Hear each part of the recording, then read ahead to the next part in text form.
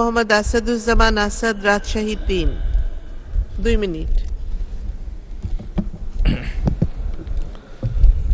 ধন্যবাদ মাননীয় স্পিকার, আমাকে ৭১ বিধিতে কথা বলার সুযোগ দেওয়ার জন্য।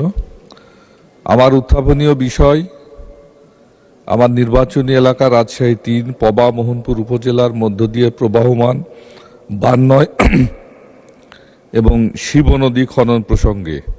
মাননীয় স্পিকার, রাজশাহী জেলার পবা ও মোহনপুর উপজেলা যেটি আমার নির্বাচনী এলাকায়, এই নির্বাচনী এলাকার বেশিরভাগ মানুষই প্রত্যক্ষ এবং পরোক্ষভাবে কৃষি পেশার সঙ্গে জড়িত।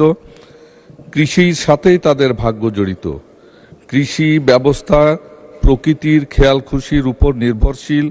উত্তরাঞ্চলের বরেন্দ্র এলাকায় বৃষ্টিপাত দেশের অন্যান্য স্থানের তুলনায় অনেক কম হয়।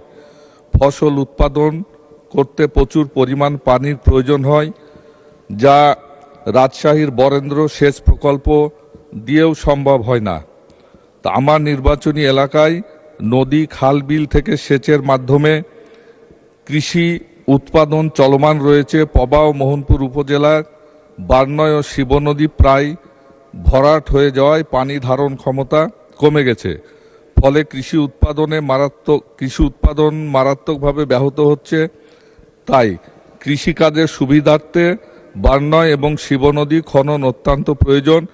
বিষয়টি অতীব জরুরি ও জনগুরুত্বপূর্ণ বিধায় ৫২ এবং শিব নদী দুটি জরুরি ভিত্তিতে খনন করার জন্য আপনার মাধ্যমে মাননীয় পানি সম্পদ প্রতিমন্ত্রীর দৃষ্টি আকর্ষণ করছি। মাননীয় স্পিকার, আপনাকে আন্তরিক ধন্যবাদ। ধন্যবাদ মাননীয় সদস্য।